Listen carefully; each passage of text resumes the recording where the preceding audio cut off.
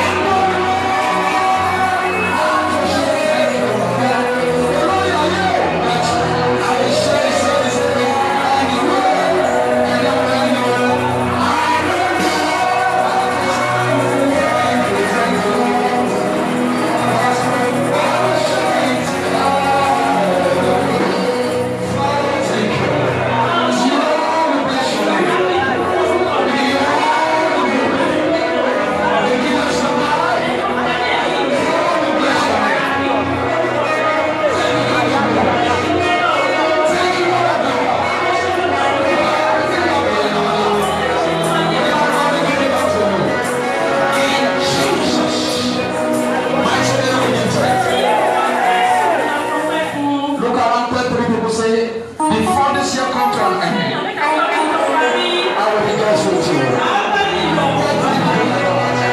rejoice with you.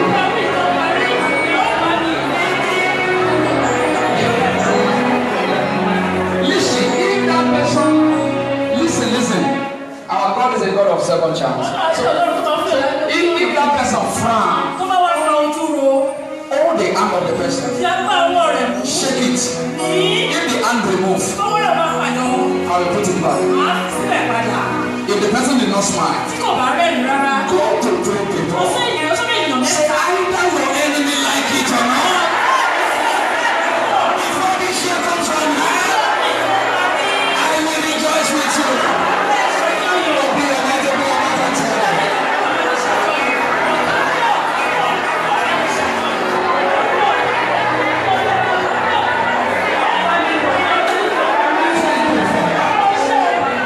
Thank you, King of Glory. So shall it be in the name of Jesus.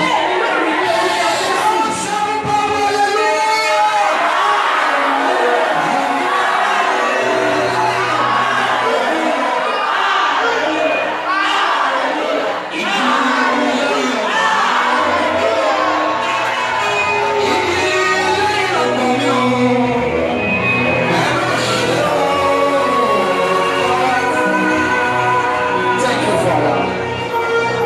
Thank you, King of Glory. In Jesus' mighty name, we give thanks. Hallelujah. Hold the hand of this person by your side. Hold the hand of the person by your side. If the person is as stiff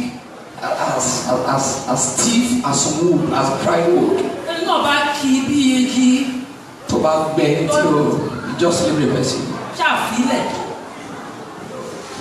Hold the hand of the person by your side. Shout with fire in your voice.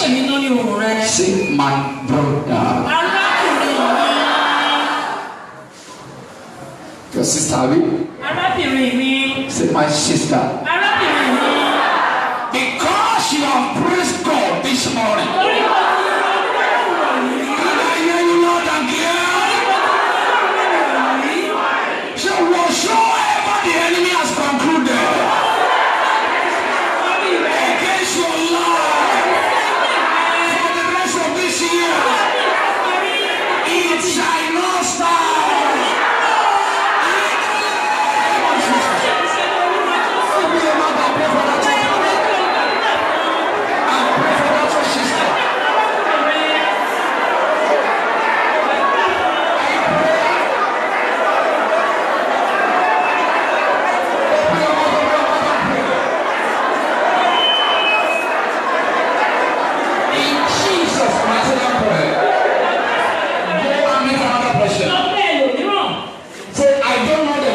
the wicked concerning your life.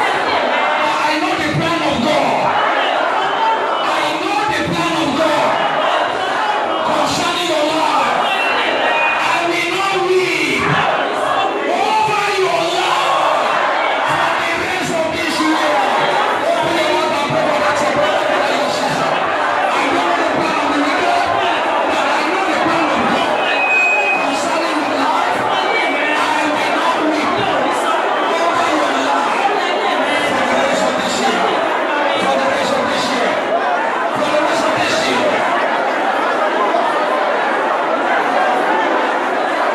In Jesus' mighty name, pray. Go and meet the next person. Look at the person eyeball to eyeball. Say, my brother, I have a story to tell you. Do you know what? David thought it was the tongue of Obed-Edom to die. But within 3 months, God changed the story of Obed-Edom. Say, therefore, my sister, I know your enemy. I want to change your story.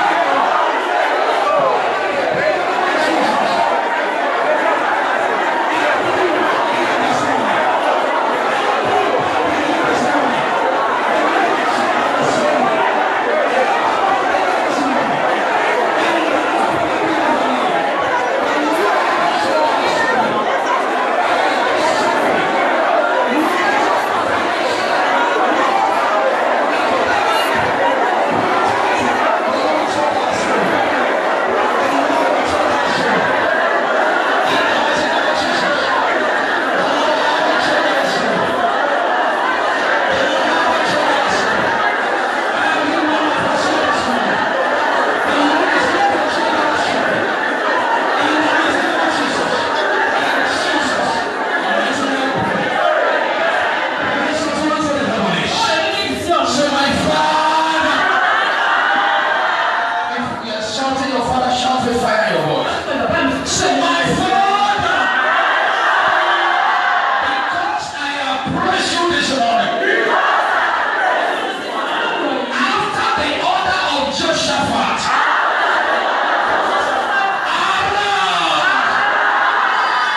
Fight for me.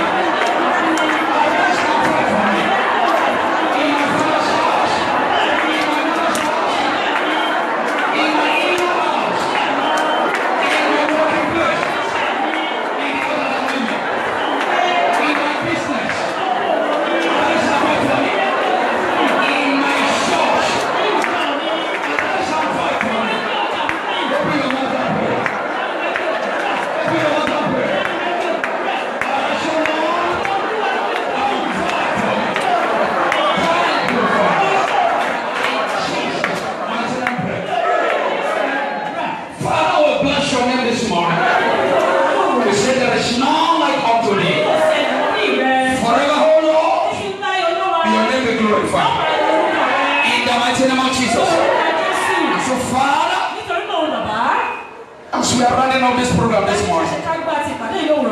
The remaining blessing, bless us, O Lord. What you still want us to know, open our understanding. Father, we thank you. In Jesus' name, pray. And the children of God shall say, let's open our eyes and have a seat. Lord, bless me in the mighty name of Jesus. Today, be the first Sunday of the month. We always gather to praise God. I know you will agree with me to some extent. People find it difficult to praise God. most especially Pàápàá jùlọ. when what they are expected Tí ohun tó bá ń retí. did not come to pass, Tí ò bá tí ì wá sí ìmúṣẹ. or when there is a great challenge. Tàbí tí ìdojúkọ ńlá bá wà. Not everybody Kì í ṣe gbogbo ènìyàn. can behave like Job. Ó lè ṣe bí Jóòbù. The Bible says, Bíbélì sọ wípé in all nínú this, gbogbo èyí. Job did not sin against God. Jóòbù kò gbẹ̀ṣẹ̀ sí òṣẹ̀ sí And Ọlọ́run. the Lord blessed the end of Job more than his former. Ọlọ́run sì bùkún òpin Jóòbù rẹ̀ ju. He was promoted seriously. Á gbé ga gidigidi. Somebody listen to me this morning. Ẹnìkan pẹ̀lú báyìí lówùrọ̀ yìí. Your promotion is coming. It's better you say me. I say your promotion is coming. In the mighty name of Jesus. In the mighty name of Jesus. So instead for them to praise God, Àgbà tí wọ́n fi yin Ọlọ́run. they murmur. Wọ́n bẹ̀rẹ̀ sí kùnsínú. And there is a lot of danger in murmuring. Ọ̀pọ̀lọpọ̀ ikú ló wà nínú ìkùnsínú. Now before we go this morning, Kí a tó lọ lówùrọ̀ I yìí. want to look at what I call A fẹ́ wo ohun tí a pè ní àkórí rẹ̀. danger of murmuring. Ewu ìkùnsínú. Danger of murmuring. Ewu ìkùnsínú. Only consider Ìkùnsínú. praise the name of the Lord. Praise the name of the Lord. In the book of Numbers, chapter 11. Nínú ìwé Númérì orí Numbers chapter 11. Númérì orí kọkànlá. Number 11 verse Númérì 1. kọkànlá. From verse 1. Láti ẹsẹ̀ I read. And when the people complained, it displeased the Lord, and the Lord had it, and his anger was kindled, and the fire of the Lord burnt among them, and consumed them that were in the utmost part of the camp. Verse 2. And the people cried unto Moses, and when Moses prayed unto the Lord, the fire was quenched. Verse 3. And he called the name of the place Taberah, because the fire of the Lord burnt among them, and the mixed multitude that was among them fell a lusting, and the children of Israel also wept again, and said, Who shall give us flesh to eat? Verse 5. We remember the fish which we did eat in the Egypt freely. The food they were eating in Egypt, was it all that food? But now our soul is dried away. There is nothing at all beside the manna before our eyes. And the manna that they were talking about Wọ́n tí wọ́n sọ nípa rẹ̀ yìí. was the food of an angel. Ó jẹ́ oúnjẹ àwọn áńgẹ́lì. They were so privileged Wọ́n wá ní àǹfààní to lọ́wọ́. have access to the food of the angel Láti máa jẹ oúnjẹ áńgẹ́lì. instead for them to appreciate God. Àti wọ́n fi fẹ̀mí ìrọ̀rùn sí They Ọlọ́run. started complaining, they Wọ́n started bẹ̀rẹ̀ sí ṣàkà, murmuring. wọ́n bẹ̀rẹ̀ sí kú. Verse 7. Ẹsẹ̀ And keje. the manna was as coriander seed, and the color thereof as the color of pedium. And the people went about and gathered and ground in meal, or beat it in the mortar, and baked it in pans, and made cake of it, and the taste of it was as the taste of fresh oil. And when the dew fell upon the camp in the night, the manna fell upon it. Verse 10. Then Moses had the people weep throughout the families, every man in the door of his tent, and the anger of the Lord was kindled was kindled greatly. Moses also displeased. Let's go to chapter 21. Lọ sí ẹsẹ̀ kọkànléní. Number chapter 21. Orí kọkànléní ogún Númérì. Number 21. Númérì orí kọkànlélógún. Verse 4 and 6. Verse 4 to 6. And they journeyed from Mount Or, by the way of the Red Sea, to compound the land of Edom. And the soul of the people was much displeased because of the way. Verse 5. And the people spake against God and against Moses. Wherefore have ye brought us up out of Egypt in the wilderness? For there is no bread, neither is there any water, and our soul loathed the light bread. Verse 6. And the Lord sent very serpent among the people, and they beat the people, and much people of Israel live. They die. Wọ́n kú. Then for record purpose, Fún àkọsílẹ̀. or let me just quickly read that one, and let's see what God has for us. Ohun tí Ọlọ́run ní fún But I pray for somebody here. As from today, you will no longer murmur against God. In the mighty name of Jesus. It's a very terrible thing. In the book of Exodus chapter 16. Exodus chapter 16. Exodus 16 verse 1 and 2.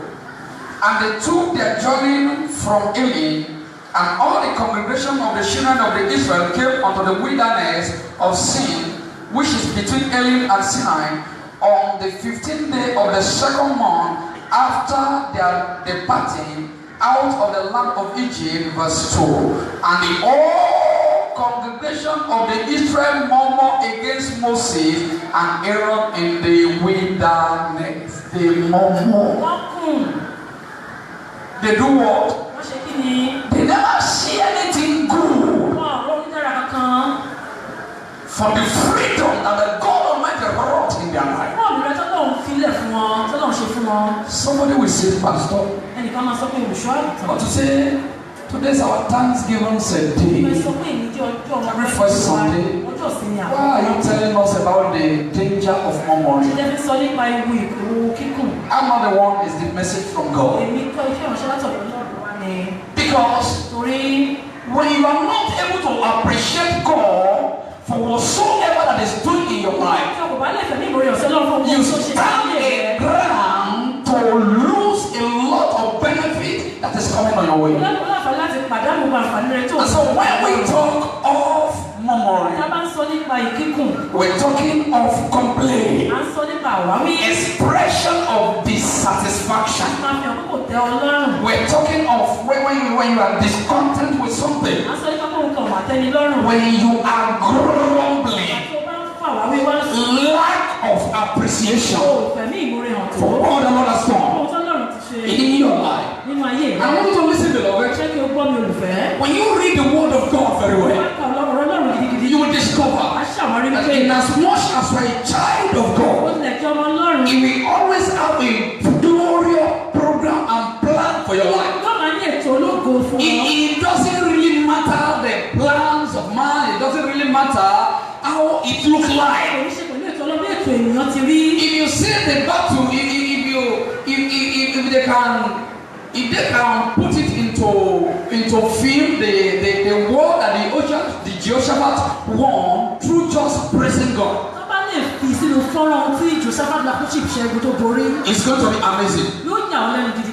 When the three nations gather together against just a city. But if you don't know that at all, when you get to your house, look at the map of the world. Most especially, look at the map of Israel. And look at all the giant nations that surround the land of Israel. And no single one of them that were friend to Israel. And Israel was just too small in their midst. They dared not try them. Sometimes a one of them came together within 5 days. Israel finished them within 5 days. If you are very sure that you have God, you are very, very, very sure that you have God. Like the testimony we hear this morning, I was of opinion that's okay. I will pray along. You will be successful and everything. And before I will open my mouth, the sister said, Pastor, I believe in your prayer. I'm not going to hospital with you.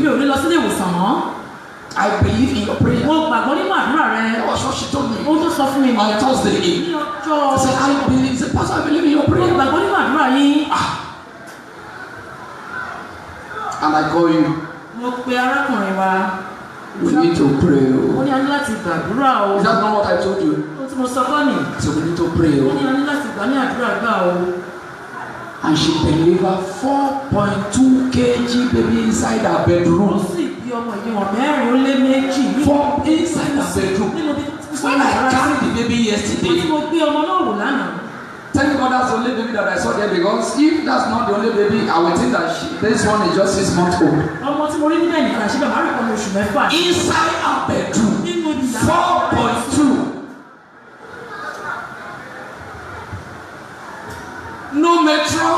doctor. Kò sí ẹgbẹ̀bí, kò sí ẹnì kankan, kò sí ohun.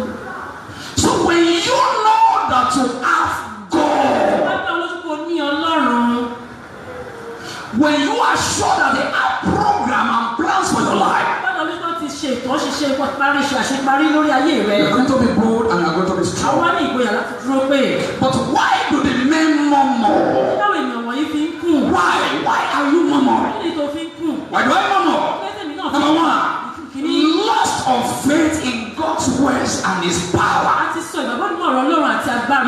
Loss of faith. A ti sọ ìgbàgbọ́ You nínú don't have faith ní ìgbàgbọ́ in the words of God nínú ọ̀rọ̀ Ọlọ́run and His power. àti agbára rẹ̀. When you look at the book of Numbers, Báwo ìwé Númérì? Numbers chapter 23, Númérì orí kẹtàléníogún. number 23, Orí kẹtàléníogún. and let's look at verse 19. Ẹsẹ̀ kọkànléníogún. Number 23, verse 19.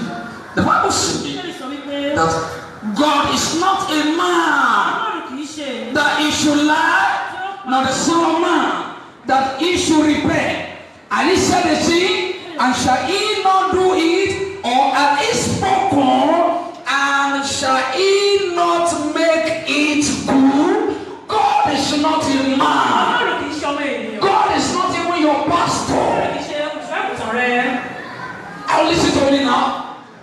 When you hear Him, Tí o bá gbọ́, don't doubt. má ṣe ní àfàṣà ní ọ̀nà ìgbàgbọ́ fún ọ̀fun. This song says, never doubt in the dark. What you are told in the light, for the Lord who has said it will never lie at all. Ọlọ́run kìí parọ́ tó ti sọ Praise the name of the Lord. Olúwa lógo. So lots of faith, lots of faith Sọ ìgbàgbọ́ in náà God's words fún ọ̀rọ̀ rẹ̀ and His power. àti agbára This rẹ̀. is Psalm 106, Orin Dáfídì orí kọkànlé. verse 24 to 25. Then number two, reason why men murmur instead of appreciating God Táwọn èèyàn fi máa ń kùn àtọ́ is tó ní Ọlọ́run. comparison. Wọ́n máa ń ṣe àfiwé. Comparison. Ṣíṣe And àfiwé. 2 Corinthians chapter 10 verse 12 to Orí us. ti kejì orí kẹsì. 2 Corinthians chapter 10 verse 12 say those that compare themselves with themselves, Àwọn tí wọ́n ń farawé ara they wọn. are not wise. Wọn kò mọ́ rárá.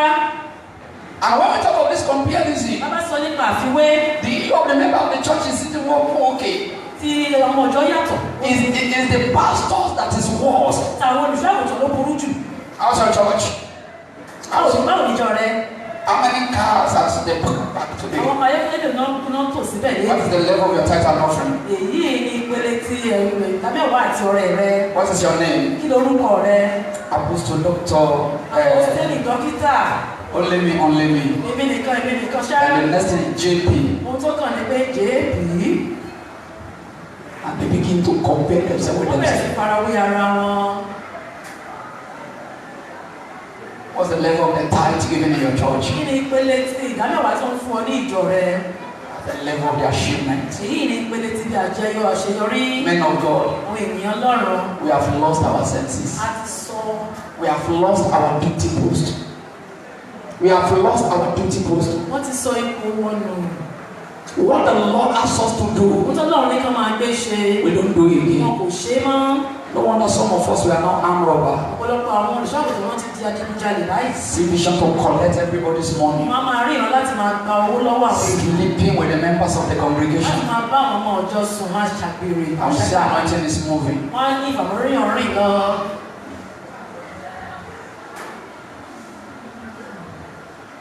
Like I was telling us during the week, a man want to build church and he have to line human being. He have to bury 5 human beings at the foundation of the church. 5 human beings at the foundation. And I look at the man. Mo wá wo arákùnrin náà.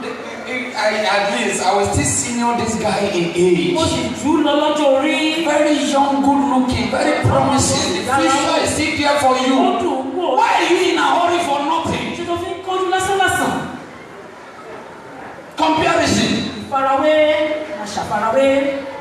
So look at that. Look at my friend. Look at what the husband is doing for her. You are not doing anything for me. Why me go? Why?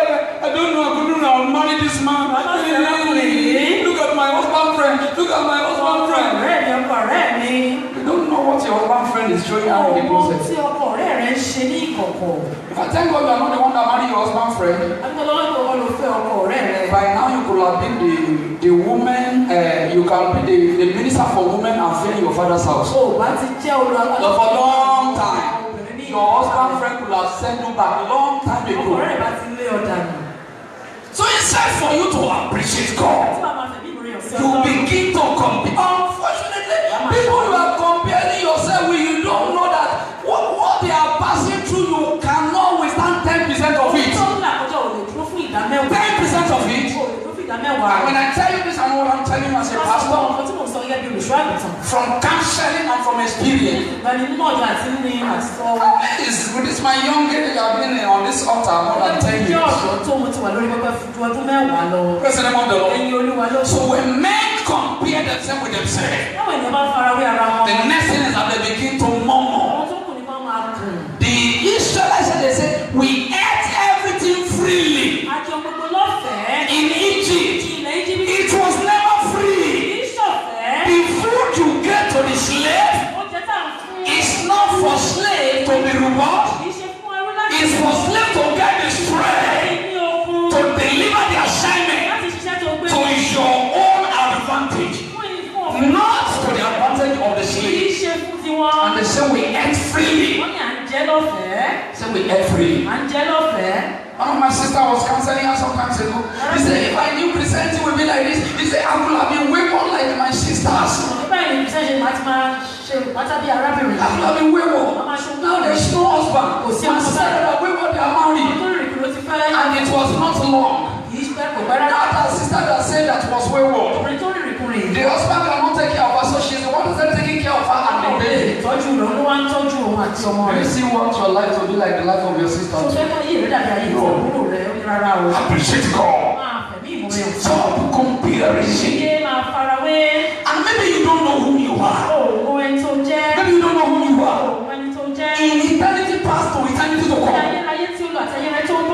your fingerprint very, very unique. I think the population of the world now will be about 6 to 7 billion now. Presently. And none of the fingerprint in the whole world that's measured. That's match. That's how unique you are. There was no you yesterday. And there will be no another you tomorrow. You are as unique as that. And as unique as you are. God have a definite design program for your life that I did not have for another person. So when you compare, you murmur. You murmur. I mean, I tell you this, beloved. When the devil wants you to lose your self-esteem, he brings about comparison. And when you begin to compare, inferiority complex will set in. And when inferiority complex set in, you lose your self-esteem. And when you lose your self-esteem, you are moody and you begin to murmur. And this is a very terrible thing. Number 3. Why did men murmur? Why did men murmur? The men murmur because they give up easily. And they lose hope. They lose hope. You know the story of Elijah in 1 Kings chapter 19. 1 Kings 19 verse 1 to 4. Elijah requested for his life. He gave up. And he said, I am not better than my fathers. Let me go, Job. When it was too much about the life of Jeremiah. Jeremiah chapter 20 from verse 14 to 18. Jeremiah said, cursed be the day that I was born. Cursed be the day that I was born. It was as terrible as that. And do you know what? When men give up, when there's no hope anymore, a lot of rubbish things begin to come out of our life. And the Bible says the power of life and death is in the tongue. Is in the tongue. Go and read your Bible very well. The promise of God for the Israelites, they just walk in and go to their promised land. But when they send this, God never sent them. God never never say go and send the spy. Ọlọ́run ní lọ rán àwọn ènìyàn làwọn ènìyàn lọ. No, spy. Àwọn àmì. God never said so. Ọlọ́run ní lọ rán àwọn àmì. Who are you spending spy for? It was It God that promised and God knew what he wanted to do. And when they sent the spy, 10 came back. They said we are like grasshopper. Oh, if you are like grasshopper, let the giant the lamb begin to consume you. And it was very, very terrible. Very, very terrible. When you go to the book of 1 Samuel chapter 27, David said, I shall perish by the hand of Saul one day. That's what David said. He said, I shall perish by the hand of Saul one day. That was not the plan of God. The Bible says, and Saul seek the life of David daily. But God did not permit him. 21 frantic, terrible military attempt against the life of David. But he failed. With all his armory, with all his well-trained army, with all his experience, with the fact that David was defenseless. As human being concerned, but as far as God is concerned, wrong with God is majority. And only David, with the few people that followed him, in fact, he got to a stage when they want to cut this man.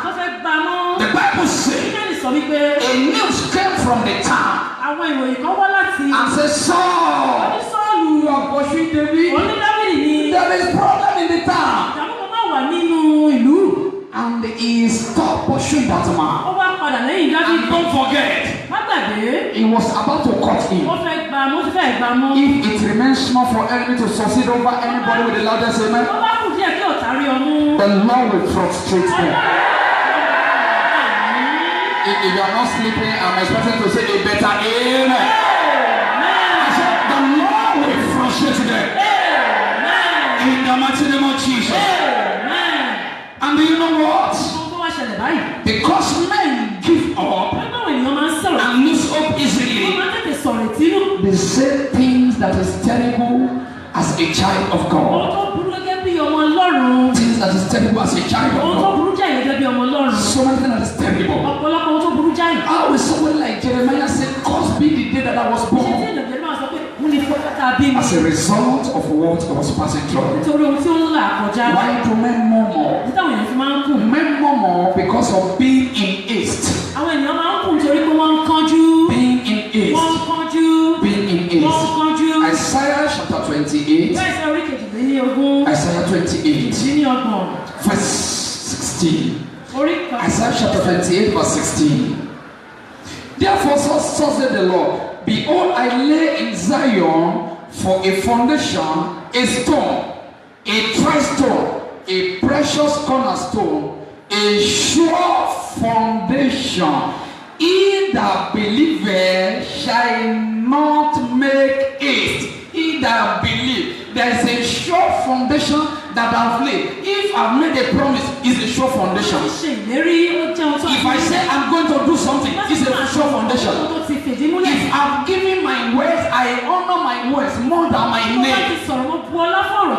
If you believe in me as your God, don't make haste. So when men want it now, and it's not happening now, so they're complaining. So they're murmuring. Let's say one or two more, because I'm looking at the time. Number 5. When men can withstand the truth of life. No, not waiting now. When they can't withstand. When the reality of life comes. When the reality of life comes. The Bible says a man build a house on the seashore, another one built on the rock. Which one did the storm visit? Which one? Which one? Huh? Which one? The one on the sand, Abi? That's the one the storm visit? The two. It's the two.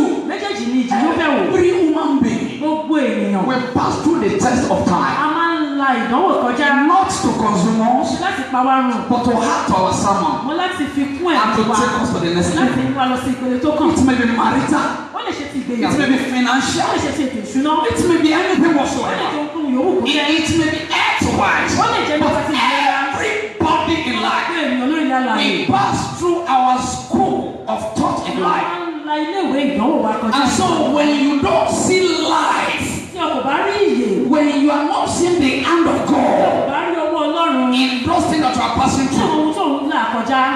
if when Joseph prayed, Bàtí Joseph lálàá, and the next thing is for his brethren to sold ohun him, tó kàn ní káwọn ará rẹ̀ kan sọ and the man that sold him make profit over ẹni tó tà á him, sí ìjèrè lórí rẹ̀. and sold him again, Ó sì tà á sí. and he find himself in the house of Potiphar. Ara rẹ̀ ní ilé Pọ́tífárì. It's enough for this young man Ó tún jẹ́ fún arákùnrin to say, God, láti sọ pé Olúwa. never you show me any dream Ayé ló again. ṣe fi ràn mí mọ́ o. It is over. Ó ti tó gẹ́. It is over now. Ó ti tó gẹ́. 1 year, Ọdún kan, 2 years, ọdún kejì, 5 years, ọdún karùn-ún, 10 years, ọdún kẹwàá, 13 years. ọdún kẹtàlá. And the guy was still there. Ó wà níbẹ̀. So when the opportunity Àti came àǹfààní jẹyọ. to sleep with Potiphar's wife, Ìbáyàwó Pọ́tífárì in sùn. fact, she will be the first to make the move, Ó yẹ kọ́kọ́ gbégbèsè. not the Potiphar Kì í wife. ṣe ìyàwó Pọ́tífárì. Wow! Kí nìdí? Because of time Torí àkókò. and because of the reality of life. Torí àwọn tó ti For ṣẹlẹ̀. every human being in life. Gbogbo èèyàn lórí ara And rẹ̀. you know, beloved, Olùfẹ́ ṣe mọ̀. the reason why you think that it is you that you are carrying the heaviest Ó load jẹ́ kó máa rí kó wọ́n lọ gbẹ́rù tó wúwo jù. is because you have not discussed with the person by yourself. Torí kò tí ì bá ẹni tó wà lẹ́gbẹ̀ẹ́ rẹ̀ sọ̀rọ̀ tí It's because you have not discussed. ò tí ì ṣàwọ́. That person that you envy so much Ẹni tó máa ń jẹun is because you have not discussed with the person. ò tí ì fọ̀rọ̀ wá lẹ́nu wò ní. You will be sure Á ní àìlẹ́nu, á that ní àwọn and you are tó smiling ti ń rẹ́rìn-ín. and you are shining Tó ń tán yìí with all this. pẹ̀lú gbogbo And tó yà even though wọ́n. your she is smiling and shining, Ìjẹ̀jẹ̀ kó rẹ́rìn-ín ó sì ń tán. it does not mean that that fat is not there. Kì í ṣe pé nǹkan tó ń ṣẹlẹ̀ ní And it does not mean that he or she is not going to overcome. Kò ṣe kò ní borí. Not at all. Rárá o. Not at all. Rárá. Jesus don't have so many friends during his lifetime. Jésù kò ní ọ̀pọ̀lọpọ̀ ọ̀rẹ́ ní ìgbà. At all. Rárá kò lọ́rẹ̀ẹ́. But among the few friends that he has, Láàárín àwọn ọ̀rẹ́ kéréje tó ní. one of them died premature. Wọ́n ní wọ́n kú ikú àìtọ́jọ́. And they knew about it. Ó sì mọ̀ He nípa rẹ̀. even knew when the guy was sick. Wọ́n mọ̀ nígbà tó ṣàìsàn. And they called him and he never responded. A pè é kò dáhùn. And he told his Ó disciples, wá sọ fún àwọn ẹ̀yìn rẹ̀. Lazarus, our friend, is sleeping. Lásárù ọ̀rẹ́ wa máa ń sùn. Master, if he's sleeping, he's going to wake up. That's Ó bá not what I'm sùn lójì. saying. He said he's dead. Ó ti kú. And he went Ó there. sì lọ síbẹ̀. He went there. Ó lọ síbẹ̀. If you are Mary Tó bá jẹ́ pé ìwọ ni Màríà and Martha, àbí Mátà. in fact, you will meet Jesus by the gate. Màá pàdé ṣe lẹ́nu ibodè. All what you do in life Gbogbo ohun tó ń ṣe is to come and eat in our láti house. wá máa jẹun nílé wa. We have been sponsoring your ministry. A ti máa ń ran iṣẹ́ ìránṣẹ́ rẹ lọ́wọ́. We give you our tithe and our A offering. máa ń fún ọ ní ìdámẹ́wàá We àti pray prophetic offering. a máa ń san orí àwọn olùkọ́. We give you costly, expensive A máa perfume. ń fún ọ ní àwọn òróró tó We change your raiment every A season. máa ń pààrọ̀ aṣọ rẹ ní ìgbà gbogbo. We send messenger to you that our brother is sick. A ránṣẹ́ sí ọ pé arákùnrin wa ṣáà. You and your disciple are now coming this to come and do Ẹ what? wá yan bọ̀ May you, we never knew you are a fake person. Never you come to our Má territory ṣe again. sí àwọn wàsá yìí ká wa mọ́ o. They still rush. Wọ́n sì sáré. When the Jesus was coming, Àwọn gbọ́ pé Jésù they bọ̀. rush. Wọ́n sáré. Master, Wọ́n ní à. if you are here, Bẹ́ẹ̀ tètè dé if you are here, tètè dé ní. they never betray the master of life Wọ́n kò já wọ́n kò kò. as a result of the reality of Ẹja life. tó ti ṣẹlẹ̀. Because they knew that if they stay in touch with the masters of life, Nígbà tó táwọn bá fi ṣẹlẹ̀ yìí. every situation of life, if they are with the master of life, if they did not murmur against the masters of Tí wọn kò life, bá kù sí. they know that the situation of life Àwọn táwọn ńlá kọjá. will bow Wọ́n tẹríba. for the masters of life. Ọ̀gá ògbó. When they welcome in, Màtí wọ́n wọlé wá. everything settled. Ohun ló yan. So when we face the reality of Wọ́n life, bá rí ohun tí ó ń ṣẹlẹ̀. most of the time is for our good. Pàápàá jùlọ fún rere wa. You understand now? So when we begin to murmur seeking for the way of escape, Wọ́n bẹ̀rẹ̀ sí kú he láti bá ọ̀nà. never heard most of the time. Èyí ràn ènìyàn lọ́wọ́. I was telling one of my friends the story that I read recently. Mo sọ fún ọ̀rẹ́ mi kan ìtàn tí mo kà láìpẹ́. A gardener saw a butterfly lay an egg. Aṣọ́kù kan rí labalábá. And he was so excited about it. He was so excited about it. And he was looking at it. He started nurturing it. The egg was becoming bigger. One day, he looked at the egg. He found a crack. He was so excited that the caterpillar wanted to come out. And the egg was pushing the shell. The egg was pushing the shell. And he said, okay, this is the one I've decided since all this day. He went carefully. He had to open the shell. So instead for the caterpillar to struggle to come out, the caterpillar come out with ease. And the man was so happy. A butterfly. It was so painful. It was so painful. And one of his friends came. And he told him what happened. And the friend said he should explain. And now explain how he had to open the shell. His friend said, that's where you miss it. He said, when the caterpillar is using the egg to push the shell, by the time it's forcing and forcing and forcing, he said, the blood in the egg we move to the side. When the blood in the egg moves to the side, that is what we use to grow wings. So when you help the caterpillar to open, the blood still stay in the egg. So the blood did not go to the body. So instead for the blood to go to the body and become weak, the blood stayed in the egg and the egg was becoming bigger. And since the wing cannot come from the egg, that was how he died as a caterpillar. You have to pass through some things in life to become what God wants you to become. Reach your right hand to heaven. Say, my Father. Say, by your grace, can I hear you loud and clear? And your mercy, whatever I have to pass through, I will pass through it, and it will not consume me. In the mighty name of Jesus. Amen. Allah bless you in the mighty name of Jesus.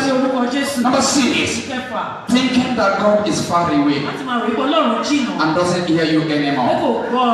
In the book of Psalm, the psalmist said, why standest thou afar, O Lord? Why thou hidest thy face? And it was not so. Number 7, lack of gratitude for what God has done, for what God has given. He has given you life. With life you can become anything.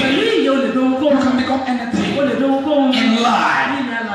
The danger of murmuring, listen beloved, it anger God. That's danger number 1. It anger God. Numbers chapter 21. I mean, not more crow now. Praise the name of the Lord. It may be to us according to our war. What am I trying to say? No good word come out of the murmuring heart. Is somebody listening to me now? No good word. When you are murmuring, you don't speak good words. Because what brings about murmuring is that you don't say anything good for what God is doing.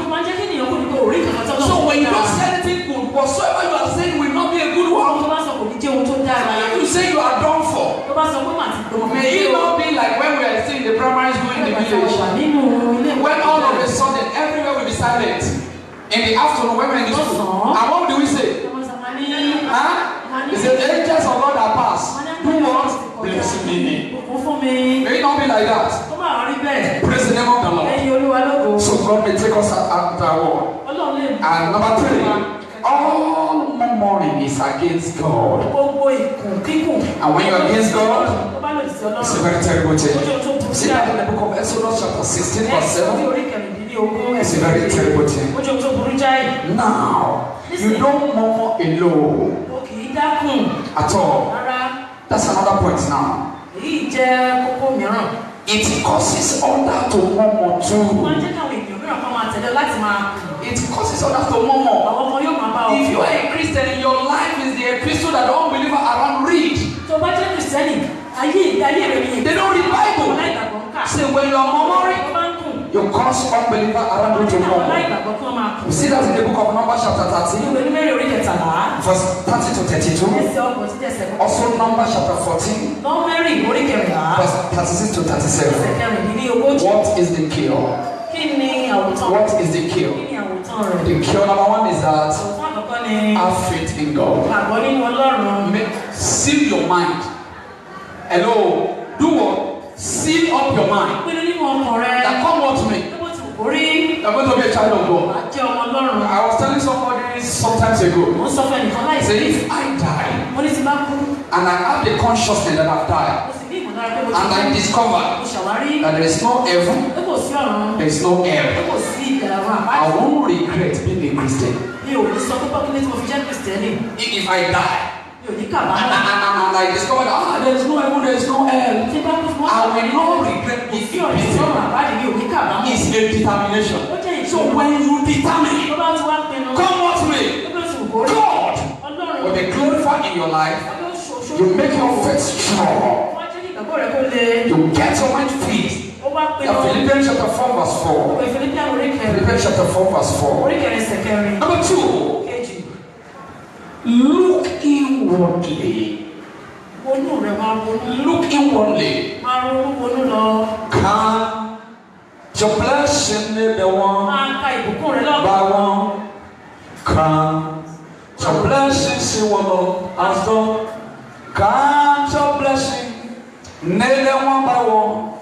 And it will surprise you what the Lord has done. Máa ka ìbùkún rẹ̀ yóò sì yà ọ́ lẹ́nu tó náà ti Look ṣe. inwardly. Máa finú sùn, máa Then finú sùn. be able to appreciate God. Àwa mọ̀ láti fẹ̀ ní How do ìmọ̀. I walk against murmuring? Báwo ló ṣe lè ṣe lòdì sí? Don't look down. Má ṣe wọlẹ̀. Don't look down. Má ṣe wọlẹ̀. Look unto Him. Máa wò ó Look lókè. unto the hill. When cometh my help. Help cometh from the Lord. Lọ́dún wá sọ̀rọ̀ lọ́rùn. Dá ọ̀nà wáyé. Always combat yourself with a song of praise. Máa fi orin ìyìn fi dára rẹ lọ́lá. Song of thanksgiving. Àwọn orin ọpẹ́. All the time. Ní gbogbo ìgbà. All the Ní time. gbogbo ìgbà. All the Ní time. gbogbo ìgbà. The last one I'm going to tell Tó you kẹ́yìn tí màá before sọ the fún final wa. last is that make up your mind Nínú nínú ọkàn rẹ. that you are a project of God. Ó jẹ́ ohun àgbéṣe Ọlọ́run tọ́lọ́run You are a project in the hand of God. Àgbéṣe Ọlọ́run lọ́wọ́lọ́wọ́. Recession is not of God. Èyí tó ń ṣẹlẹ̀ kì í ṣe tìrẹ. Lack of raw material is not of Bẹ̀rẹ̀ God. sí ohun àti iṣẹ́ kò ṣe ti Ọlọ́run. He can't make a mistake. He can't be frustrated. He can't be stuck. He can't be Kò embarrassed. lè bọ́ lọ́wọ́ rẹ̀. As far as is concerned concerning me, Gẹ́gẹ́ bí ó ti ní ṣe pẹ̀lú mi. no way. Kò sí ọ̀nà kò sí. I'm a project in the sun. Ó jẹ́ iṣẹ́ It was done on me long time ago. Ó wá yé mi láìpẹ́ yìí. Long time ago. Ní ìgbà pípẹ́. I was even before I got married. Ní tó ṣègbéyàwó. It was so terrible. Sometimes I just look. I was in a place and I was in an elevated place. So I was able to see a vast plain of land. Mo wà ọ̀kan, mo wọ ilẹ̀ ọ̀kan. And I said to myself, Wọ́n á sọ fúnra mi. I said, Olumide, instead for your life to be meaningless, Àti ayé mi kò fi ní ní instead ìtumọ̀. for you to live in lack and penury, Àti máa fi gbé nínú àìní I said, your father Bàbá mi. will sell all this land Yóò ta gbogbo ilẹ̀. and give you the money Yóò sì fi mọ̀ to lọ́wọ́. become somebody in life. Láti dé. And I smile. Wọ́n rẹ́rìn. I smile. Mo rẹ́rìn gidigidi. I said, I'm too much to be poor. Ó ní mo ti pọ̀ Long time Ní ago. ọjọ́ pípẹ́ sẹ́yìn. Long time Ní ago. ọjọ́ pípẹ́ sẹ́yìn. Surround your life and your destiny Jọ̀wọ́ ayé rẹ̀ àti with ẹ̀kọ́ rẹ̀. good things. Lóhun tó dára. There's so many things to see, but I'm just watching the time. Ọkọ̀ àkókò wa yìí. Mind the people, be very careful about the people that give you counsel. Máa kíyèsí ara fáwọn tó ń gbà ọ́ nímọ̀ràn. Some of these counsel they can be killing. Àwọn olùgbànímọ̀ràn yóò lè pa ní I don't know if I've told you this story before. Bí a mo ti sọ̀tàn yìí fún ọ For rí. the first time in my marriage, Nígbà àkọ́kọ́ nínú ìdílé. my wife was pregnant, Àbúrò mi wà nínú oyún. 6 months, Oṣù kẹfà. and she went to toilet very early in the morning. Ó lọ tọ̀ ní òwúrọ̀. Was it in the morning? Was it in the morning? Ní òwúrọ̀ ni. In the morning. Ní òwúrọ̀ kùtùkùtù. And she want to ease Bó herself. ṣe fẹ́ tí wọ́n ṣe fẹ́ tọ̀ báyìí. Not a drop of blood, no. Kì í ṣe ẹ̀jẹ̀ kékeré o. Wow. Ẹ̀jẹ̀ rẹpẹtẹ. And she ran to me in the sitting room. Wọ́n sábà bá mi nílé ìgbàlejò wa. Maybe if it's now, maybe I'll be afraid because then I was a rascal evangelist. Ìgbà náà mo jẹ́ àjíǹde. Very, very rascal, very rascal. Praise the name of the Lord. Praise the name of the Lord. And she ran to me and said, he said, come and say something. I said, what happened? He said, as I just sat to ease myself, he said, blood everywhere. Ẹ̀jẹ̀ ní gbogbo bíkíbi. I didn't look at her Mi ò face. tiẹ̀ wojú rẹ̀ rárá. I said, go back to that toilet Mo now. lọ sí ilé ìgbọ̀nsẹ̀ náà. flush everything away with water. And if you tell anybody, even if you get to hospital, if you tell them, tell anybody, if anything happen, you have your own. If anything happen, and you know, she went to the toilet. She flushed it. 9 months precisely. She gave birth. No complications. The baby was 6 months old. We're now discussing. She now opened her mouth. That when this pregnancy was 6 months old, I went to the toilet. And the woman shouted and said, "Ha! What now happened?" The baby is 6 months old now. Why are you now screaming? Be very careful people that give you cancer. Very, very careful. And above all, make sure you are a child of God. If you are not a child of God, even if you are not Mormon, your life will be full of Mormon. Even when your life is not full of Mormon, even if you are praying God, you are not a child of God. The heaven didn't hear you. Even the Bible says the prayer of a sinner is an abomination unto God. So your song of praises, your thanksgiving habit unto God is a noise. It's a disturbing noise. Heaven don't hear whosoever you are. Heaven don't hear at all. So whatsoever you do belong to, not just coming to church. Make sure you are a child of God. And I see somebody sharing the most powerful testimony before this year comes to an end. In the mighty name of Jesus. I was telling them here on Thursday morning. It may be you have been toiling from January till this 11th month. And I remember I told us that your own may be a late miracle. And a late miracle will always be the latest. So I see somebody with the latest testimony. Shall we rise to our feet, beloved? Shall we rise to our feet? If the Lord has spoken to us this morning, number one thing we're going to do, talk to God. Lord, for any way that I've sinned against you by more money, have mercy, O Lord. Have mercy, O Lord. Is your Father? He has programmed your life and is conscious about resisting. So any form you have come against him, tell him, Daddy, I am sorry this morning. Beloved, open your mouth and talk to God. Daddy, I am sorry.